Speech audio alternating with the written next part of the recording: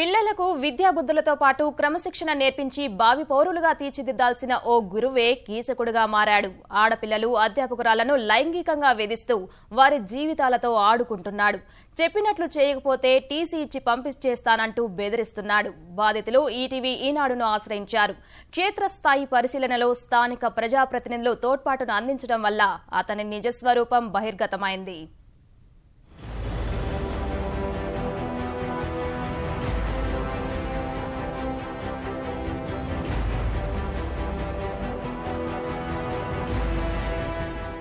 విశాఖ జిల్లా పాడేరు ఏజెన్సీ గూడెం కొత్తవీధి గురుకుల జూనియర్ కళాశాలలో ప్రధానాచార్యుడు శ్రీనివాస్ కీచకుడుగా మారి తమను మానసికంగా శారీరకంగా వేధిస్తున్నాడని ఉపాధ్యాయులు, విద్యార్థులు ఈటీవీ ఈనాడుకు ఫిర్యాదు చేశారు. గతేడాది జులైలో విధుల్లో చేరినప్పటి నుంచి శ్రీనివాస్ తమ విధులకు ఆటంకం కలిగిస్తున్నారంటూ మరో బాధితురాలైన ఏఎన్ఎం లిఖితపూర్వకంగా తెలిపింది. తాను గర్భిణీ అయినా క్వార్టర్ ఇవ్వలేదని, విద్యార్థినుల కోసం మందులు కొనుగోలు చేయించి ఇండెంట్ పెట్టాలని ఒత్తిడి చేశాడని పేర్కొంది. తనను హైదరాబాద్ రమ్మంటున్నాడంటూ ఒప్పంద ఉపాధ్యాయురాలు ఆవేదన వ్యక్తం చేశారు. తన శరీరాకృతి గురించి శ్రీనివాస్ తప్పుడు మాటలు మాట్లాడుతున్నాడంటూ ఆమె వాపోయారు.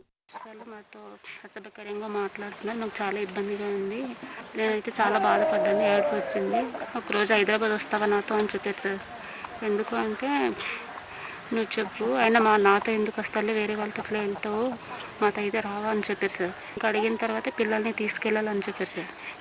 పిల్లల్ని తీసుకెళ్ళే పని అయితే ఏమీ లేదు హైదరాబాద్లో. దాని తర్వాత ఏంటన్నది ఆలోచించుకొని వస్తావా రావా అన్నది 3 days తర్వాత చెప్పమన్నారు సార్.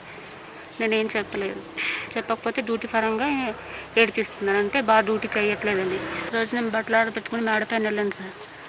మేడపైన వెళ్ళి కిందికి దిగుతుంటే నువ్వు ఒక్కదాని ఉన్నావని వచ్చాను అన్నారు సార్. నేను ఎందుకు సార్ ఒక్కదాని ఉంటాను, నేను ఒక్కదాని ఉండను అన్నాను. అంటే ఏ రోజైనా దొరకకపోతావా, దొరుకుతావు అన్నారు. అలా ఎందుకు సార్, నేను అలా జరగదన్నా. అయితే నేను ముందు రూమ్లో వెళ్ళి నేను వెనకాల నేను వస్తానని చెప్పారు సార్. అప్పుడు నాకు చాలా భయం వేసింది. అప్పటి నుంచి నేను ఎక్కడికైనా పిల్లల్ని ఎంట పెట్టుకుని వెళ్ళేదాన్ని. నా రూమ్లో పడుకోవడానికి కూడా పిల్లల్ని తోడెట్టుకుని పడుకుంటాను. ఈయన వచ్చిన మొదటి నుంచి కూడా సార్ మాతో చాలా అసభ్యకరంగా ఉంటారు. మాటల్లోనూ కూడా చాలా చండాలంగా మాట్లాడుతుంటారు. ఇతను ప్రతి విషయంలోనూ మాకు అరెస్ట్ చేస్తూ ఉంటారు. ఇతను లైంగికంగా ఎక్కువ అమ్మాయిలతో ఇదవుతుంటారు. అమ్మాయిల్ని ఏడిపిస్తారు. మమ్మల్ని చాలాసార్లు హింసించారు, కానీ మేము ఒప్పుకోలేదని చెప్పేసి మమ్మల్ని భయపెట్టారు. టీసీ ఇచ్చి పంపించేస్తామని.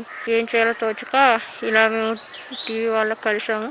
విషయం తెలుసుకున్న ఈటీవీ ఈనాడు బృందం కళాశాలకు వెళ్లింది. లోపలకు వెళ్లేందుకు యత్నించిన ఈనాడు బృందాన్ని శ్రీనివాస్ అడ్డుకున్నాడు. ప్రస్తుతం పరీక్షల సమయమని కెమెరాలు తీయడానికి అనుమతి లేదని సాకు చెప్పాడు. అదే సమయానికి సమీపంలో సందర్శనకు వచ్చిన పాడేరు ఎమ్మెల్యే గిడ్డి ఈశ్వరి అక్కడికి వచ్చారు. ఈటీవీ ఈనాడు ఆమెకు విషయం వివరించడం వల్ల నిజ నిర్ధారణ కోసం ఆమె కళాశాలలోని సిబ్బంది మొత్తాన్ని పిలిపించారు. అందరూ చూస్తుండగానే బాధితులు బోరును విలిపిస్తూ తమ బాధను ఎమ్మెల్యేకు చెప్పుకున్నారు.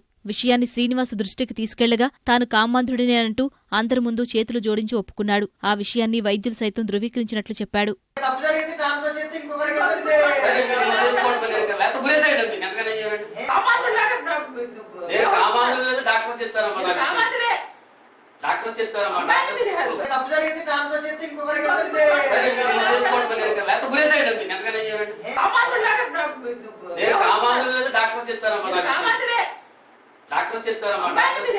బతుకుదెరువు కోసం వచ్చిన తమపై లైంగిక వేధింపులకు పాల్పడుతున్న శ్రీనివాస్ పద్ధతిని బాధితులు ఎమ్మెల్యేకు వివరించారు. వీరితో పాటు విద్యార్థినులందరినీ పిలిపించి ప్రధానాచార్యుడి వ్యవహార శైలిపై ఆరా తీశారు. విషయాన్ని జిల్లా కలెక్టర్, ఐటీడీఏ పీఓ, ఉప సంచాలకులు, ప్రిన్సిపల్ సెక్రటరీ దృష్టికి గిడ్డి ఈశ్వరి తీసుకెళ్లారు. గిరిజన బాలికలను చూడకోకుండా, గిరిజన ఉపాధ్యాయులను చూడకోకుండా ఆయన చేస్తున్నటువంటి లైంగిక వేధింపులు నా దృష్టికి వచ్చిన కారణంగా నేను ఈ కాలేజీకి రావడం జరిగింది. ఈరోజు నా కాన్స్టిట్యున్సీలోనే జీకే విధి మండలంలో మా గిరిజన విద్యార్థులకి జరిగినటువంటి అన్యాయాన్ని పూర్తిగా ఖండిస్తున్నాను. పిల్లలతో మాట్లాడాను, సిఆర్టీగా పనిచేస్తున్నటువంటి అమ్మాయిలతో, టీచర్స్తో కూడా మాట్లాడాను. చాలా పాపం వాళ్ళు ఏడుస్తూ ఎంత హృదయ విదారకంగా చెప్తున్నటువంటి ఆయన చేసినటువంటి లైంగిక వేధింపులు చెప్తుంటే చాలా బాధ అనిపిస్తుంది.